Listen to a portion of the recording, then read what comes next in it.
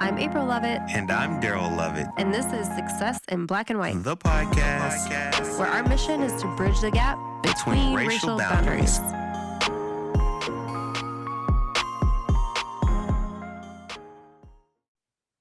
Hey, everybody. We are excited to bring you our guests for this podcast episode. They are amazing. They are friends of ours. They are educators. They have taught us so many things. One of them was my roommate for a couple of years. And not only did we learn a lot from her, but we pranked each other all the time. But we have a really, really good conversation coming up for you. And so we just wanted to introduce you to both of our guests before we get into that conversation. I'm going to read Kellie's bio, Dr. Kellie Gerbers. And I want to do that from her voice, from her perspective, because when she wrote in first person, and it is pretty exceptional. So I don't want to change it. So I'm going to read to you Kellie's bio that she wrote. I, Kellie, am an assistant professor of outdoor education and leadership at Westminster College in Salt Lake City, Utah. Prior to assuming this role in 2017, I managed outdoor programs at the University of Georgia and Florida State University. Personally and professionally, I am working on identifying spheres of influence where I can create positive change as it pertains to building more inclusive communities. I have a lot of personal work to do and continually have to check my assumptions and actions. The outdoor industry, like many others, is full of histories and influences that create exclusion. When I'm not teaching, I'm learning to do stuff. I'm seriously considering writing a book called Learning to Do Stuff in Your 30s. I didn't start skiing or mountain biking until I was 33.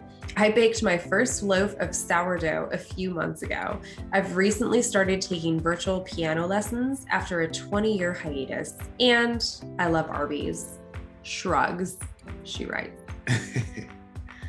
All right, everyone. I have the privilege of reading you the bio for Dr. Cunningham-Bryant, who holds the Kim T. Adamson Chair in the Honors College at Westminster College in Salt Lake City, Utah.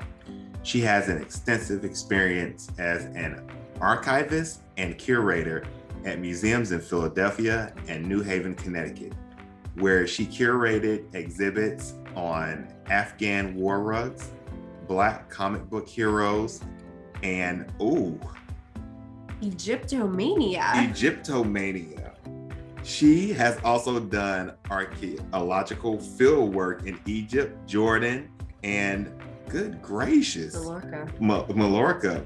Wow. Her research interests are wide-ranging and include public history museum curation, digital humanities, East Africa, and decolonizing.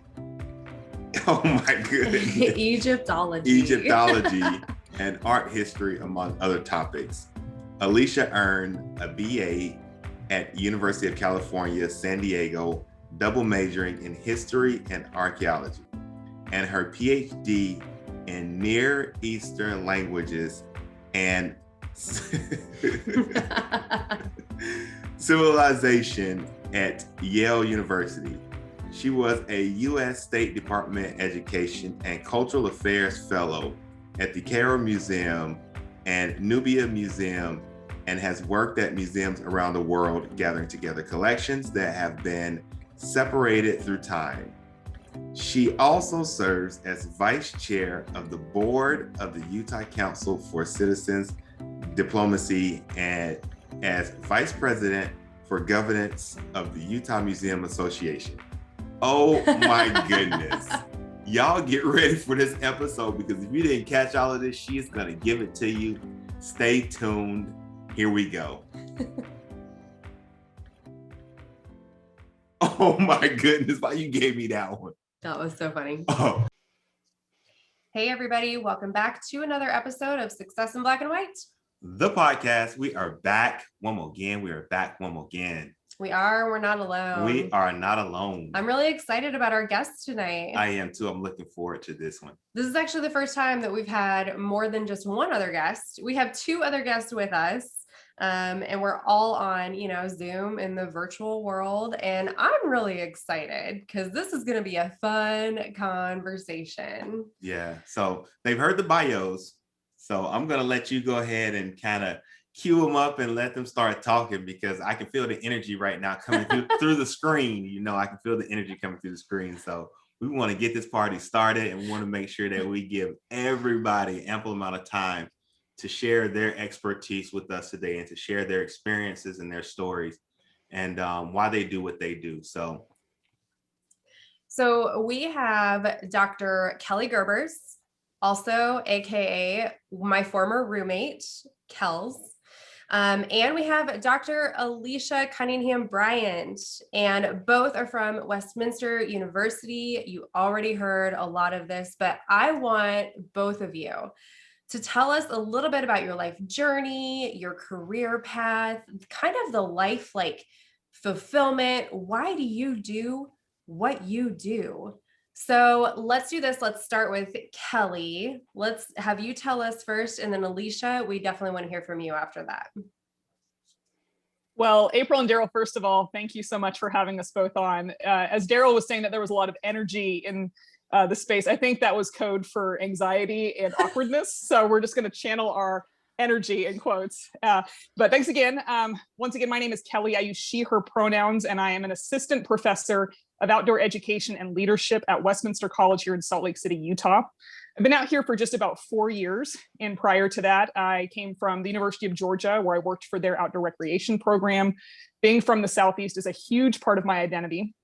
And so if we back it up a few more years prior to that, I was at Florida State with Daryl and April, working in the campus rec department in a variety of different roles. And I think the thing that sort of defines my calling and career path, and I was trying to think of like a really creative, thoughtful way of saying this, like my passion is working with college students, but it is like that. I couldn't think of a better way to say it other than like I really truly enjoy working with college students. And I think what's been really cool about my field is that I have been mentored by so many of my student employees or students in my classes. And so I think something that's really marked my professional and personal experience is this two-way mentoring. And that's something that I think has been really challenging and fulfilling. And I'm grateful for where I'm at now. I love what I do for Westminster and getting to work with Alicia.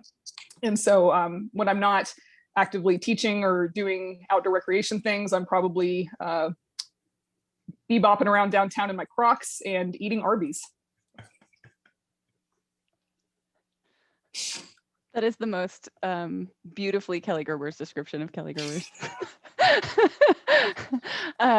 I'm Alicia Cunningham-Bryant. I'm an associate professor in the Honors College at Westminster. I hold Adamson Chair, and I'm an Egyptologist. Which is a little different. There are not that many of us, but I really love it. And I'm originally from Northern California.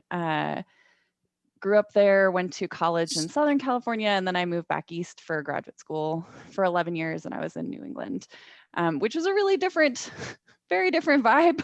And I'm really excited to be in the mountains now, in the Mountain West. I love it out here. And I think what's so wonderful about Westminster, apart from getting to work with Kellie Gerbers, and we currently teach together, so, but also I think the opportunities that it provides for faculty and staff and students to work together on all kinds of different enterprises. Everything from exploring the outdoors through programs like Kellie's doing with the field semester to things like I run the Office for Fellowship Advising, and getting to work with students to follow their own passions and find how they want to change the world. And that to me, I think, is what I love most about higher education and my job. I love being an Egyptologist. I love that I got to travel and work in museums and produce history and all kinds of things like that. But I genuinely love and am inspired regularly by my colleagues and my students and what they're doing and what they care about, and the world that they see in the future, and helping them produce that. And how can I support them in that? I love it. I want to dig a little bit deeper, Alicia. I want to know, why Egypt? Why an Egyptologist? Like, how did you choose that path? Yeah. Solid question. So no one was more surprised than me, I think, when that was what I wound up doing. Mostly because when I was a kid, I was always really passionate about changing the world and making a difference. I was the little kid who stood on like street corners holding homemade signs to protest environmental deregulation in my hometown. And I was determined to be a lawyer for the ACLU. And by the time I got to college, I started taking pre-law classes and I hated them, which is hilarious because now I teach the same books that I truly hated in college and I love them and I think they're great. So, you know, where you are at 18 is not who you are at 37. But I'd always really loved Egypt, and the more I learned about history and archaeology, and I had this incredible archaeology professor in college, the more I realized that the things that drew me to the ACLU and sort of doing transformative work on civil rights and litigation were the same things that I cared about in history, that so much of oppression and the removal of rights is grounded in quote unquote tradition or quote unquote history, and these created histories and these created identities and hierarchies, and that it's all nonsense and it's deeply hurtful and negative nonsense that destroys the opportunities for people. And so we can't really address that. We can't, a lot of what winds up happening in the law courts is litigating things that are being reinforced culturally from historical grounds. And in order to combat that, so much of what has to be done is to look at the past and actually address it the way it was, elevate Indigenous narratives, change the way we're talking about the past in order to deconstruct those narratives, to take the wind out of those sails, to remove that opportunity, and to really show the sort of history and power of history of peoples across time, and deconstruct this identity that's been created in these hierarchies, and in a mechanism for creating empathy, building community, and reshaping the way we view the world. I love that. And, you know, Alicia and Kellie and I, and sometimes Daryl, are in a group where we discuss resources and we just really get into really hard topics, I think, for people to talk about, or very uncomfortable topics for people to talk about, racism and politics and the history of America. And so I just want to say a big thank you to Alicia, because I have learned so much from your knowledge of the history of just various people groups and how they came to be. And I'm like, this woman has taught me so much. So I appreciate you. Kellie, along the same vein, has also taught me so much. And what I want to do is ask, why, Kellie, why outdoors? What was it about outdoors for you? Thank you for that question. I just want to pause and say that I appreciate everyone on this call, and it is really a neat experience to get to learn and teach with Alicia this semester, because through just like osmosis of being in the same room with Alicia, I just feel like I get smarter. And I appreciate the nod that I taught you things, but I don't know that like teaching effective pranking techniques counts as like knowledge, but either way, I'm grateful to be here. Why outdoors? If I'm like being totally honest, I did not grow up in what I would consider, and I'm putting this in very, very loose quotes because like this is actually a term that's a little problematic in our industry. I did not grow up in an outdoorsy family. So I'm going to pause there and say, like, what does that even mean? What does it mean to be outdoorsy? Like, I used to play softball all the time. I was outdoors. Like, am I not outdoorsy? So anyway, like, I think we could spend an entire podcast episode just talking about the term outdoorsy. But I think in terms of our like preconceived notions of what makes someone an outdoors person, I would not grow up in what you would consider those traditional avenues of like camping every weekend and having parents that like, taught me environmental ethics and all that stuff. Like that we spent our weekends at the softball diamond. And so for me, outdoor recreation didn't really become a thing until college when I was chasing a boy, because that's how we learn things that are different, right? So So, there were people in college that were heavy influences on just getting me out and taking me on my first backpacking trip and teaching me how to cook in the backcountry. And most of my experience has either been like largely self-taught or through the kindness and patience of people around me who have like literally shown me the ropes, depending on the discipline. And there's a lot. I mean, I think the reason that I got into outdoor recreation initially is very different than why I've decided to stay in outdoor recreation. In my experiences, being in the outdoors has given me some of the hardest and most profound lessons of my life. It has given me a lot of opportunities to reflect and become more self-aware, think about how I work with others, think about my preferred communication approaches, the things that set me off, and how those show up in front country settings. And it's also just such an incredible laboratory to watch students excel. When you have a student who's never pooped in the woods, who after one day of a backpacking trip is in tears saying, I can't do this. And then 2 weeks later, they are just absolutely crushing it, just sailing up mountains, and just their level of confidence.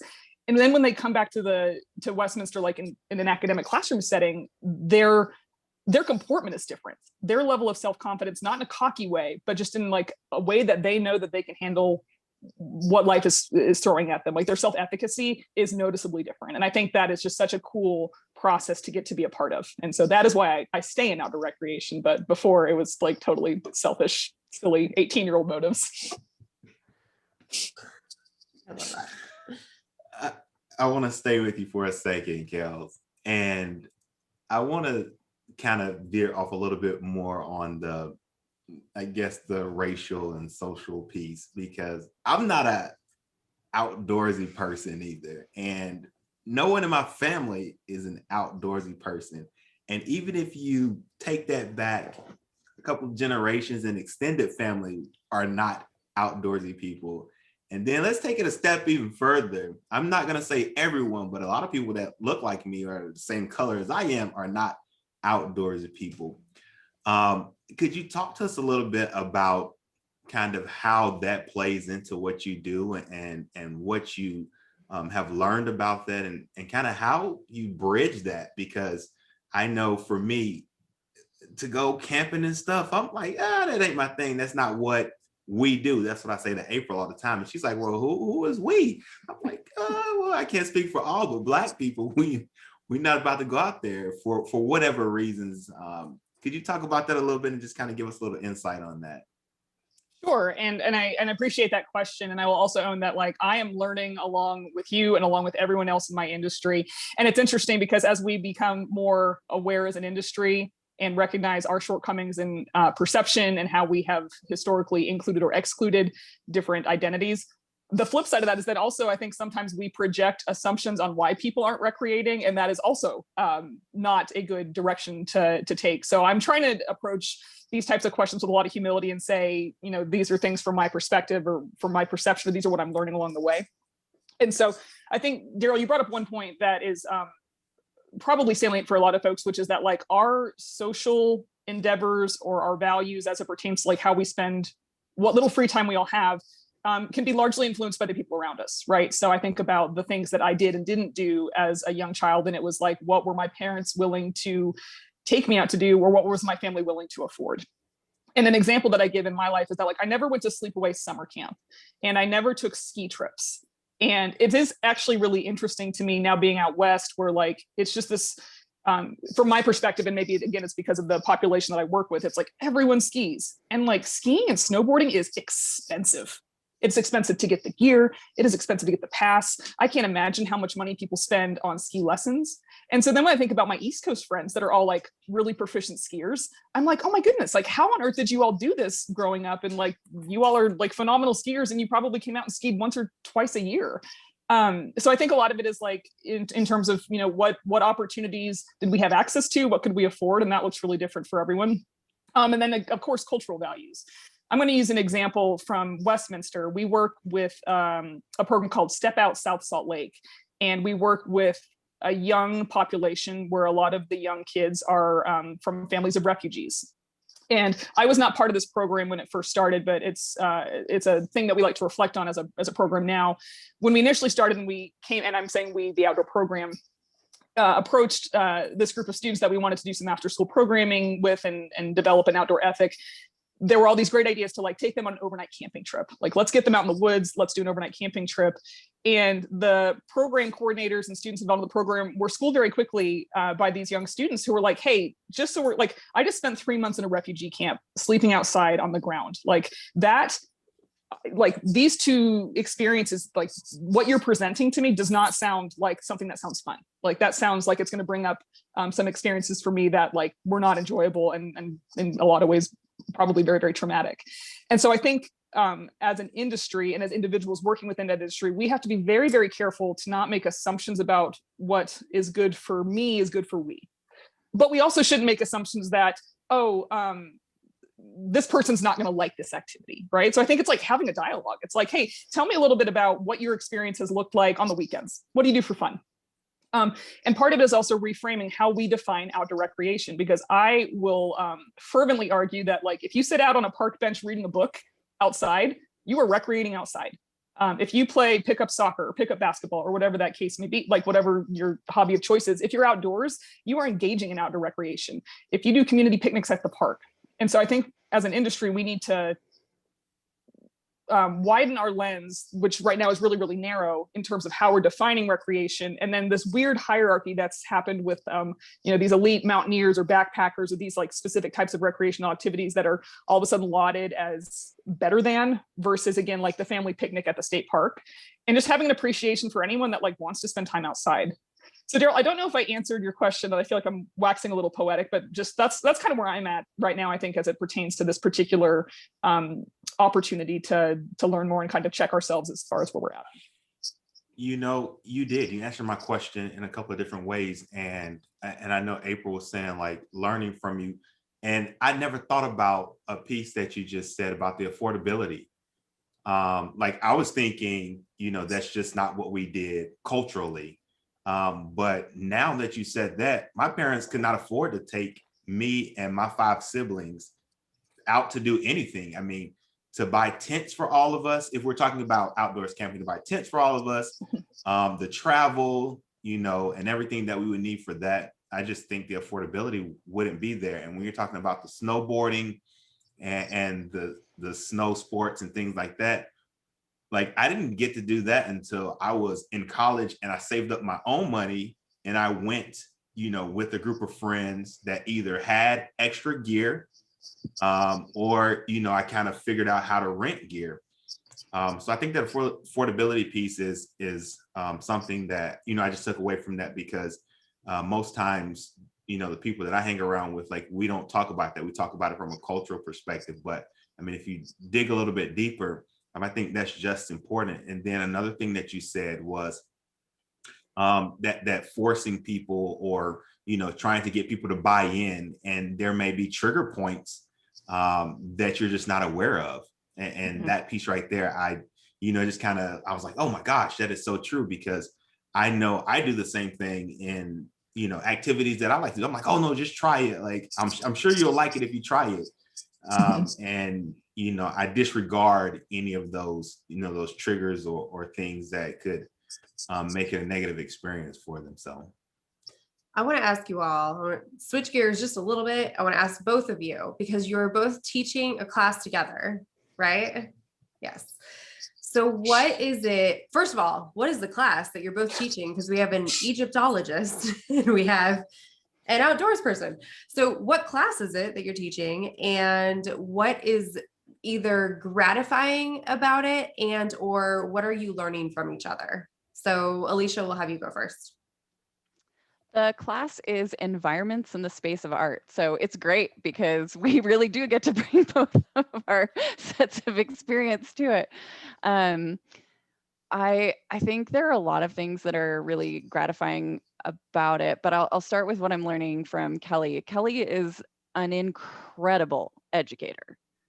She understands students and where they're at and how to communicate to students in a way that I have never seen, and which has fundamentally improved me as a teacher. Like I am a better educator, whatever we are 6 weeks into teaching with Kellie, than I was 6 weeks ago. And And I like, no lie, today in another class I teach with another faculty member, explained a Kellie process to this other faculty member, and he was like blown away. He's now using it all the time. So Kellie, you have impacted Nick Moore's life. Oh, geez, that's a high compliment. But it's, I mean, her approach to bringing, as she just mentioned with you, Daryl, this sort of compassionate, reflective approach to what the environment is, and non-Western environments is really powerful. And how can we engage with that as audience members, as participants, and what does it mean for the environment itself, as well as for the populations that are impacted by it or produce it. She's incredible, and I feel incredibly lucky to teach with her. I think what I find really gratifying about the class is the theme that we're using this semester for it is graffiti. And I love this theme, even though it's a really difficult theme, because graffiti as a term has so much weight. It has so much baggage, and it's and that baggage is actually fairly recently applied. It's American 1970s change, and when you're looking at graffiti in the ancient world all the way through the 1970s in New York, graffiti is not a bad word. It's not a negative thing. It is a description of writing in a public space. That's all it is. And so what I love about and what I find so gratifying about this class is having students engage with that change and all of the baggage they're bringing and all of the cultural expectations they have to it, and then having to have like real conversations with themselves and each other and with us about that bias, about all of that culture and experience that has impacted their lives and that they're projecting backwards or forwards. And what does that actually mean for the environment, for cultures, for art, and how can we sort of unpack that in different ways to elevate other voices? Y'all just got a really awesome snippet of what it's like being in class with Alicia. And so Alicia, thank you very much for those kind words, and to offer some insight on what it's like teaching with Alicia. Alicia has taught me how to think. Like, I don't know if that makes sense, but just even the way that she just framed that conversation, like it's unpacking it's first being aware of the assumptions that we make and looking at history as this incredibly long scope, and we're just getting this tiny little sliver, and recognizing how our tiny little sliver influences the way that we perceive the world. And so from Alicia, like I've totally learned a different way of thinking, but also how helping students think how to think. And so it's interesting watching Alicia help students unpack a really dense piece of text, or look at multiple interpretations of a particular artifact. And it's interesting because this particular theme, Alicia co-taught this class with a different co-instructor in the fall. And just due to some staffing changes, Alicia stepped in at the last minute to teach with me this semester. That was not the original game plan. And so we both said, hey, like, we don't have a lot of time to make a lot of curricular changes. It seems like that theme was a success last semester. Do you feel comfortable moving forward with that theme this semester? And it was like, yeah, let's go ahead and do that. I am not an expert in graffiti by any means. And so it's been also really interesting for my discipline. And not that Alicia is an expert in all types of graffiti. You know, she has specific disciplines that she's spent a lot of time with and ones that are brand new for her. And so it's really fascinating because as we're planning for these classes, like I taught a unit on East Asian rock art a couple of weeks ago, and I am like actively learning along with the students and owning that with the students and saying, hey, all, like, this is new to me too. So let's learn, let's discover this together, and let's think about how we can take this particular unit and apply what we're learning from this unit into like classes outside of learning about graffiti, or like, again, just different ways of how to think. But I can't say enough great things about team teaching experiences, because Alicia and I are very lucky in that in our particular fields, we get to team teach a lot. And, it's kind of one of those crapshoots. It's like having a roommate. And I'm really grateful that April was a phenomenal roommate. But it's one of those things where like you can be really good friends with someone and then live with them. And all of a sudden it's like, I'm never talking with that person again, or more likely they're never talking to me again. And I think team teaching is the same way, right? Like you can have a really good professional or personal relationship and then realize that teaching styles actually don't align, and it creates a lot of contention in the classroom. And so I've just been really grateful. We've got 2/3 of the semester left, but I'm confident that the first third of the semester has been awesome. It's been so rewarding and enriching, and it feels really, it feels like time well spent. And so I'm excited to see what the second part of the semester looks like too. Awesome. So the graffiti is basically the tool to initiate the conversation.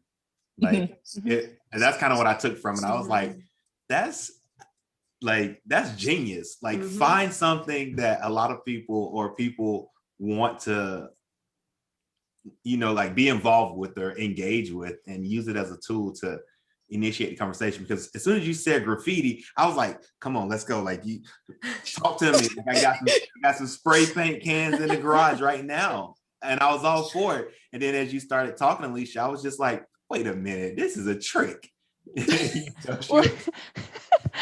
I mean, sort of, but also one of the reasons we chose graffiti is exactly that reason, Daryl, because it's an access issue, right? Like people feel that art, especially environmental art, is outside of their context, that it has no immediacy for them. And so like, if I said to you, go find some environmental art, you're gonna like have to Google where somebody made like an art installation in a park maybe, and go find it. Like, it doesn't occur to you that graffiti, as you experience it day to day, is art. It is absolutely art, and it's accomplishing for the population all of these things, the same things that humans have been experiencing and writing on walls since we started being people.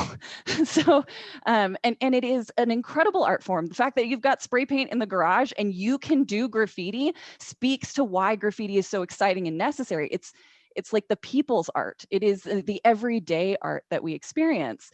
And it has all of these modern negative cultural connotations to it, particularly tied to racist, white supremacist agendas and neoliberal capitalist problems that fundamentally underpin how it is experienced today, that people have removed it as art. But it is art. It is absolutely art, and there is nothing wrong with it. It's a fundamental part of the human experience. And so helping and working through that, I think, is so exciting, because it, to your point, it's a trick. It is a trick, but it's more about getting students to see what's directly in front of them, to re-engage with their environment. Because for all of the claiming that, well, graffiti is just graffiti, their view of graffiti is so bound in their experience of graffiti as a negative, as a marker of bad space, of dangerous space, because again, it's all bound in negative, racist, white supremacist cultural structures, that getting them to then look around and be like, oh no, actually, graffiti is art. This is part of the artistic experience of my life. And just because I don't understand it doesn't make it less valuable. That's so important. And I want to tie this into our next question for you both, because I think at this point, our audience is probably very aware that you both care very greatly about social and racial justice. And I want to dig into why. And so Kellie, let's start with you. Why is social and racial justice so important to you? I appreciate this question, and I would be remiss if I did not own my own personal history, because it's really key to, I think, understanding where I come from and where I'm at now and all the work that I have to do. And I put this, when I was reflecting on this question ahead of time and thinking through, Alicia said something earlier, we're very different when we're 18 than we are when we're 37. And that really resonated with me, because when I was growing up and even through undergrad, I don't think racial and social justice wasn't important to me, because I didn't understand or perceive that it had direct impact on me. So at best, I was uninformed. At worst, I was ambivalent. And that feels hard to acknowledge now, and it feels hard to say now. And it's also the truth. And it wasn't until I came down, and I can't say enough positive things about my experience at Florida State and working in what was then the Center for Leadership and Civic Education. Now it's the Center for Leadership and Social Change, where I got checked a lot. And I don't even think I realized that I was getting checked. I was having opportunities to have deep, meaningful relationships with people whose experiences were really different than mine. I don't think I realized at the time, but I was really resistant to acknowledging that experience for them because it wasn't my experience. And so it took, and also, like, you know, I love my family. I love my family a lot. And that was the first time in my life that I'd realized, like, oh, ideologically, politically, religiously, like, I don't align with a lot of the close members of my family, and like coming to terms with that and not only being okay with that, but like defending where I'm at, and trying to figure out how to like love people that I care about that have been so kind and caring for me, and also like vehemently disagree with particular viewpoints. So that being said, I think to your original question of like, why is it important? Because we all benefit when we have access and equity in our systems. We all benefit from it. And so it's not something else that I thought about is like, particularly in the academic field, and maybe in higher education in general, is like, we shouldn't be pursuing issues of equity, diversity, and inclusion as problems to solve, or like the checkbox solution, because like that's like creating diversity and equity within our programs and our systems, like creates benefit, it creates learning. Like we're talking about that right now in our environments of the space of art class. And so it should be a through line in everything that we do. It should be a filter by which we make decisions, rather than having like the one day where we talk about social justice in class, right? And so I think that's been something that's been a really cool takeaway when I'm planning curriculum, is like thinking about what authors am I using, what resources am I using, how am I elevating versus tokenizing, and striving for representation. And that can be a fine line, and sometimes it takes a couple filters to say like, hey, I want to use this resource. Does it make sense to use in this way? Am I doing that in a way that's respectful and elevating this particular person in a way that that is serving that purpose, versus tokenizing, which can be really difficult in outdoor recreation in particular. But so yeah, I think to summarize, it benefits everyone, and we have a responsibility for those of us that hold particular positional power or power and privilege based on the identities that we hold. Like we have a responsibility to use that for good and to make change. I love that you said that, Kellie. And I want to take a minute before Alicia responds, just to acknowledge that you are open about what your past was, and that maybe you didn't care as much in your past. I can say the exact same thing for me. When I was 18, I grew up in a small town of no diversity. And so there was no impact on me directly.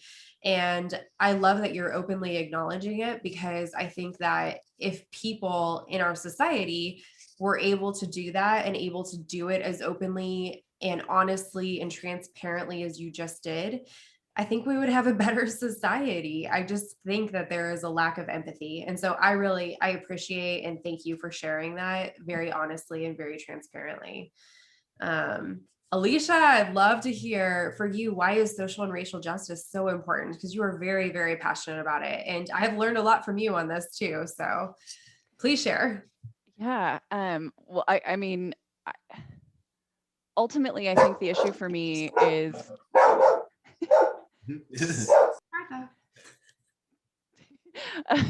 ultimately, I think the issue for me is that I'm incredibly lucky. I'm a person who is, by my very identities, exceptionally lucky. I'm a straight, cisgendered white lady from an upper middle class background in Northern California. And I think, I know, because much like Kellie, I had to reflect on this for a while, about what was really at the heart of it for me. And I think it was the fact that I am so lucky, and there is absolutely no reason that should make my life easier. It's like the divine right of kings. That is not a real thing. And there is no there's no reason, there's nothing inherent about me that means I should have the opportunity and access that I have as a result of those identities.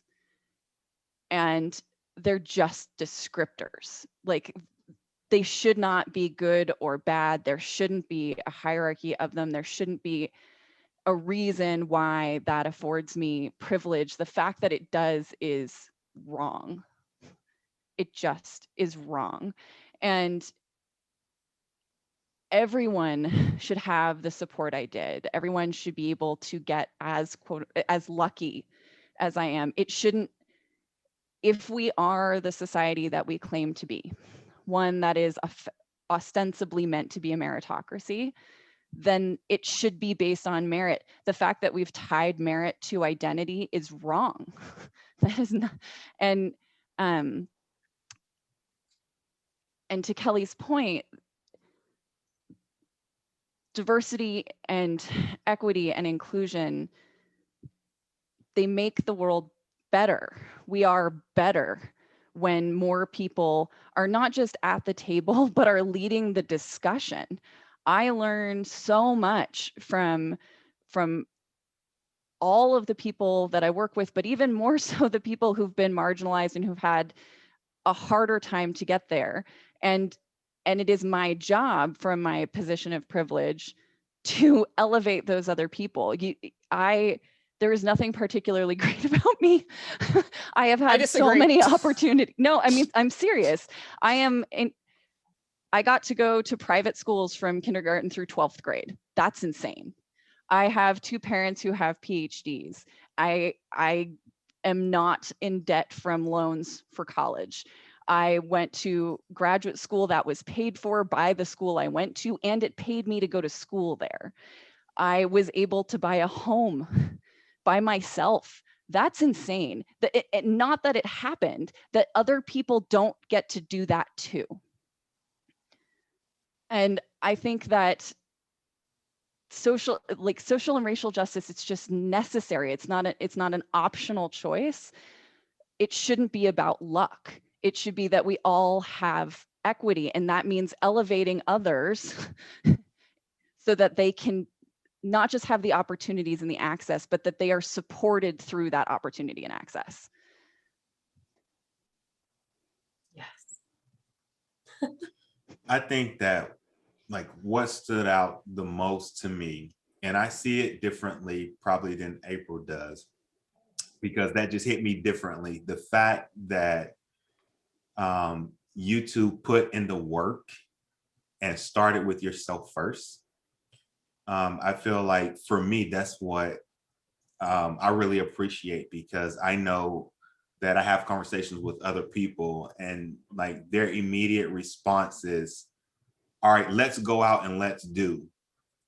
And they never take the time for that self-reflection piece and to identify those pieces within themselves and educate themselves. And the fact that both of you all started out with that first and acknowledged that you had to do some internal work so that you can put yourself in a space to receive, you know, the education and the knowledge to be able to now go forth and do what you're doing is what I appreciate. All the other stuff is great too. And I think that, you know, it's the way that you all put it was very elegant, and I agree with it, but the self-reflection piece and the internal piece is, for me, is what resonated with me. And from me to you two, I appreciate that. And I think that a lot of other people would appreciate that as well, because a lot of times you don't get that. It's kind of like you said, Kellie, with the, all right, what can we do to check this box and say that we, you know, have diverse this, or we are including diversity in that.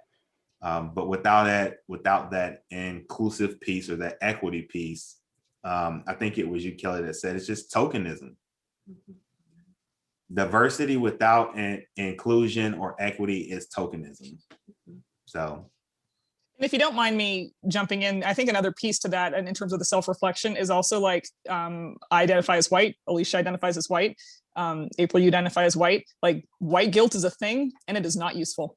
And that is not to say that it is not there. And so I think a lot about like when actions, decisions, and motivations, like trying to figure out like the source of those actions, decisions, and motivations, and recognizing that sometimes that is coming from a place of white guilt and having to like check that and say like, this is not useful, like reframe. And that's like, I would love to say that that is something that is just overcome, but I think that's a constant daily struggle, and it's an opportunity to like check myself. And I'm certainly not perfect. I think about my like instances of complicitness. Like that one feels really tough.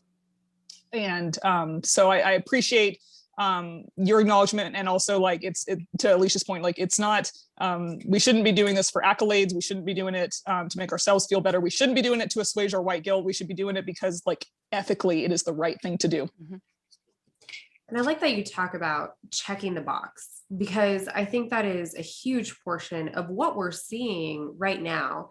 And it's really a good lead in to our next question, but I want to preface it with just saying that, you know, a lot of organizations, institutions, you know, I think people in general, you can tell either they really care and they're really doing the work, or they're just checking the box. I think that's easy to see. But I think for organizations, for institutions of higher education, which we all on this call work at, it's harder to see that it's harder to tell if it's performative or if it's real. And, you know, one of the things that's been going over and over in my head recently is a lot of institutions are starting up anti-racism task forces, or like DEI committees, and let's start fixing the problem. Let's fix this. Let's check the box. Let's change this. And I'm not saying there's anything wrong with any of those things. I think they're necessary. I think they're an important part of the process. But recently, I've been thinking about the fact that we're not starting with dismantling white supremacy. And maybe that's where we should be starting, because until we understand the problem, we can't get to the proper solution. And so I've just recently been seeing I've been seeing initiatives come through that I'm like, I just don't understand how we got here. Like, what are you framing this around? And I think as I reflect on that, I'm like, I don't think we've ever identified at a PWI, so a predominantly white institution, that we have been built upon, and we still run on policies and procedures and systems that are white supremacy based. And until we can get administration, and until staff and students can acknowledge that, we can't move forward with anything anti-racism or diversity, equity, and inclusion, and have it actually stick and continue to be present. And so I want to ask both of you, because you're at an institution of higher education, and, you know, I don't mind calling out institutions of higher education, but as a field, as a whole, how do you see institutions of higher education in this DEI atmosphere? Are we doing it right? Are there institutions you see that are doing it right? What can we do better? And what is the climate? Alicia, you can go first. Oh boy, the climate. I mean, hypothetically, it's improving. If you look at, like to your point, April, university diversity statements and job ads that they're posting now, like theoretically, sure.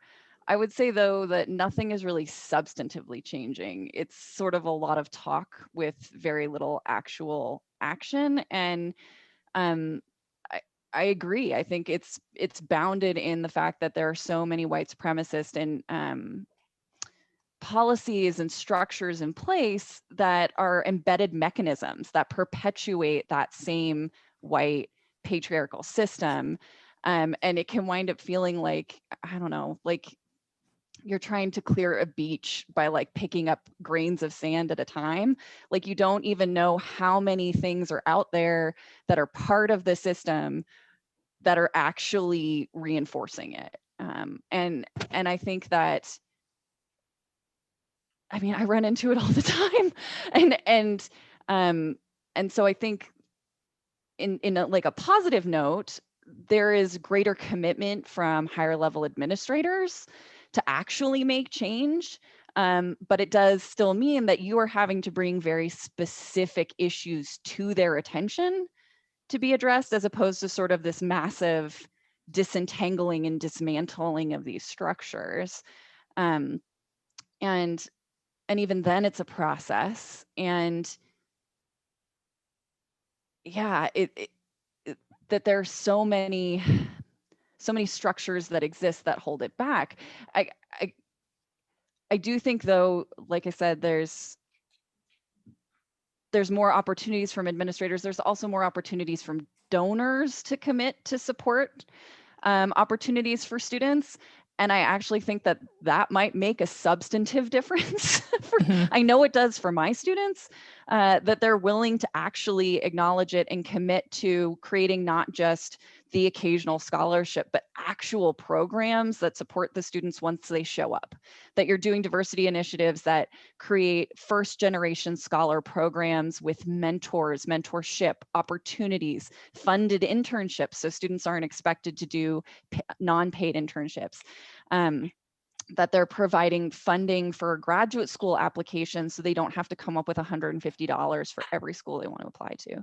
I think those kinds of opportunities exist, and that's exciting to me, that there is, at least externally now, a thought about those processes and issues and how to address them, which wasn't true even 5 years ago when I started doing this work.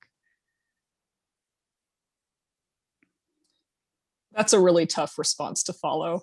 And I agree with everything that Alicia brought up in terms of like the things that feel abstract or theoretical right now versus the things that actually are creating like tangible, actionable change and results. And I think Alicia's point that it's not just enough to create a doorway, but like it doesn't do a student or a faculty member or a staff member any good if you invite them to the party and then give them no resources when they're there.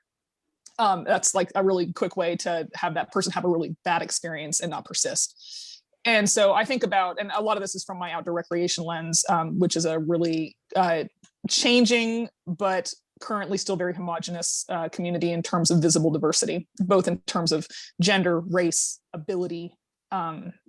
Size is something that we don't often talk about in terms of like an exclusive category, but size is a huge piece of what we do in outdoor recreation, and representation matters. You know, that's something that we've talked about earlier today.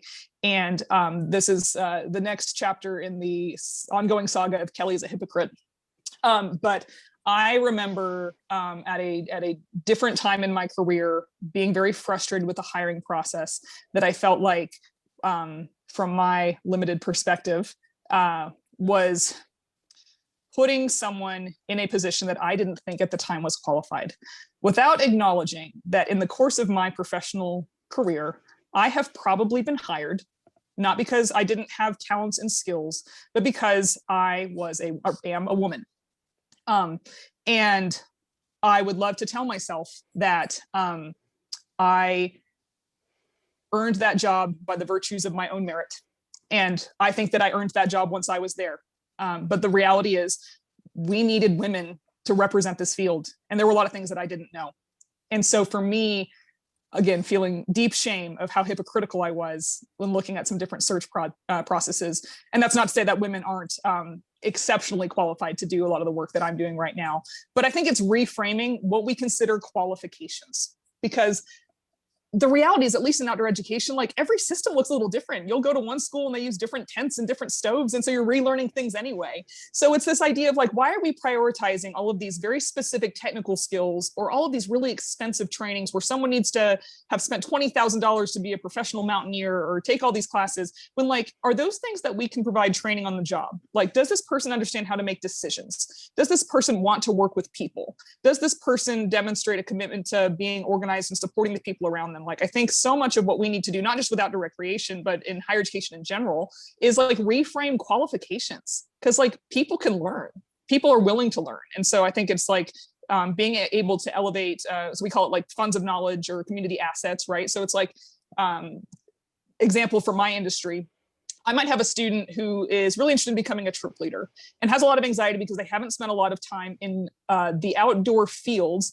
that we often prioritize. So it's like you have the person that went to sleepaway summer camp for 17 years and like, you know, can light a fire with a bow drill versus someone that like can't, and just for the record, I cannot light a fire with a bow drill.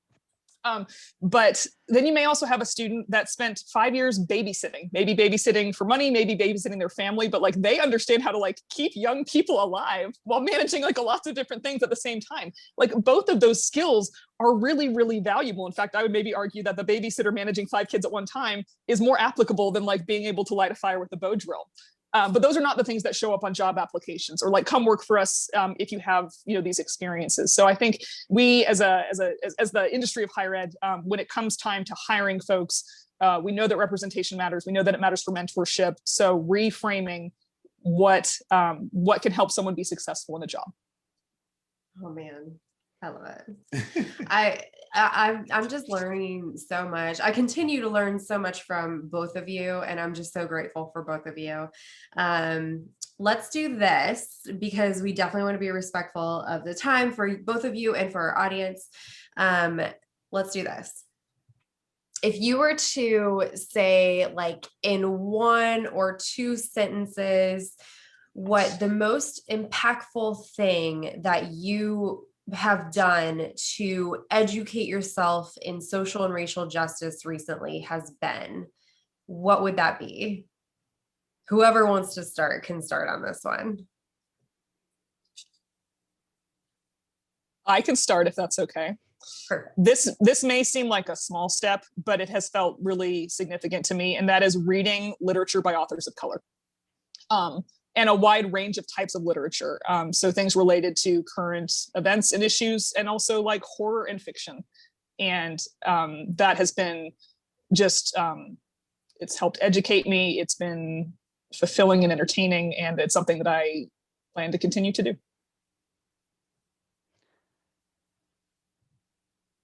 I'm gonna say book club. I really,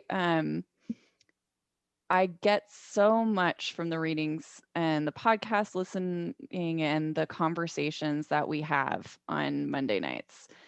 I also value the commitment of my time to it. I'm someone who overcommits often. And so actively like blocking out time in my schedule to do the reading, to do the prep, and then to be there and have the conversations has been really powerful for me.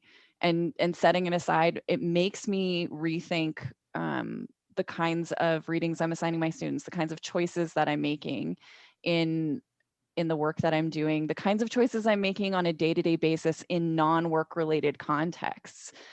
And how am I framing that and talking about it to communities that would not necessarily be engaged in anti-racist conversations and social justice and racial justice conversations, and how to approach those spaces thoughtfully, openly, but also with a clear eye and a clear lens and multiple perspectives. And so that's been really powerful for me and really useful space. Me too. Me too. Me three. We want to give all of our guests a chance to tell people how they can either connect with you or follow you if you're on social media, and that's an easier thing to manage because I understand the email dilemma, especially if you work in a faculty position in higher ed. So either email or social media to follow you. How can people get connected with you both if they want to ask you things or just see what you're doing? How can they connect with you? Alicia, after you. You can, I mean, you're welcome to email me. My email address is acb@westminstercollege.edu. You can also follow me on Instagram at Miss Marroway, MISSMEROE. If you want to see pictures of me and my dog and my horse, that's mostly what my Insta is. And my social media handles are still active, but are very inactive. I just made a choice last year to spend more time listening to audiobooks, and it's been great. So I would echo Alicia and say, best way to get in touch with me is to email. I don't know if, I'm assuming our bios are posted on the website or with this podcast, but it's also K Gerbers, Gerbers, at westminstercollege.edu. Would love to hear from you.